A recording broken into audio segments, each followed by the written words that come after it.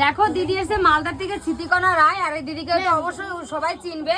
আর এই যে দিদির দেখো কালেকশন সব, প্রথমে একটা, দুটো, তিনটে, চারটে, 5, 6, 7, 8, 9, একটা ব্লাউজ দিয়ে 10। আর এগুলো প্রত্যেকটা কালেকশন কিন্তু আমার পছন্দ দিদি।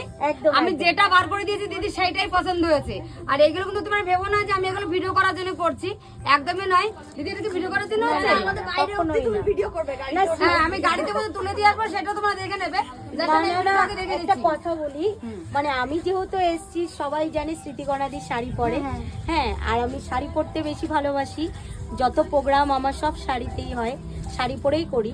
যে কারণে আমি দুষ্টু শাড়ির দোকানে চলে এসেছি কালেকশন। আর এমন দিনই এসেছে দুষ্টু বাড়িতে নেই, আজকে দুষ্টু বেরিয়ে গেছে, দিদিরাও ঢুকেছে। অ্যাকচুয়ালি সত্যি কথা বলতে এত সুন্দর কালেকশন, আর দ্বিতীয়ত হচ্ছে বিশেষ করে সবার নেওয়ার মতো, মানে প্রাইস এতটাই কম। আমি শাড়িগুলো নিয়েছি সব কেউ মাসিমনের চয়েসে নিয়েছি। আর কেউ যদি ভাবে আমি একটা নেবো সেটা হবে না। থ্যাংক ইউ, মানে আমার চয়েসটাকে এত গুরুত্ব দেওয়ার জন্য অনেক অনেক ভালোবাসা।